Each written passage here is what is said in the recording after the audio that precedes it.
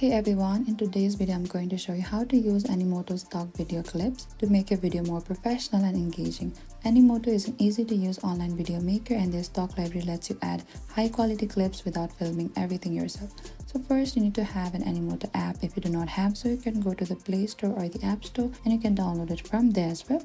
And make sure to log into Animoto app and you can open the project you want to edit, or if you're starting a new video you can select any of this template from the scratch over here, as I'm going to select the square one. So here, once you reach into this create interface, we can see there's a stock just beside the camera roll.